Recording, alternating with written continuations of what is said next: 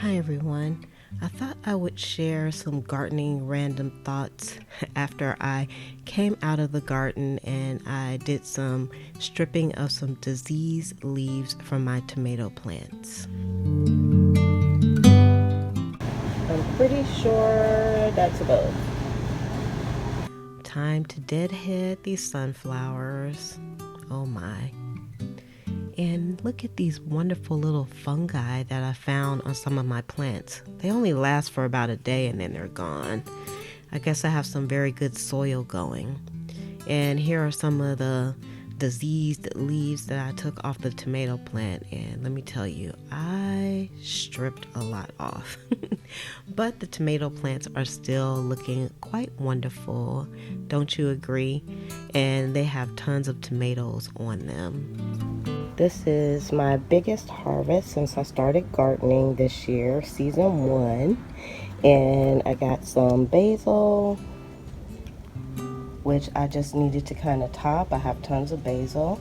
And then this is the biggest harvest of the husky cherry tomatoes that I've gotten. So I'm gonna have me some good salads for the next few days.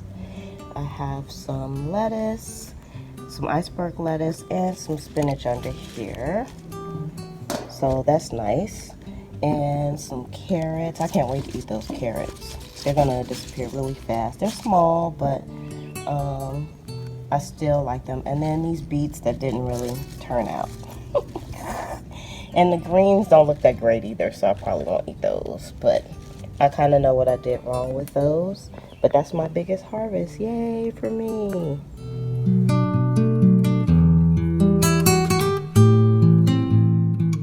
Okay, I staked up a few. I think there's some heads that can come off of here like this one, because there's not a flower on the back of it. But I have to look and see, when do you take the heads off, because of course I want to save the seeds. And have one back here as well. And this one, I don't know if it's going to grow anymore. I don't see any more heads growing on it. So we'll see. This is kind of a mixed bag of seeds. I don't know what kind of sunflowers these are.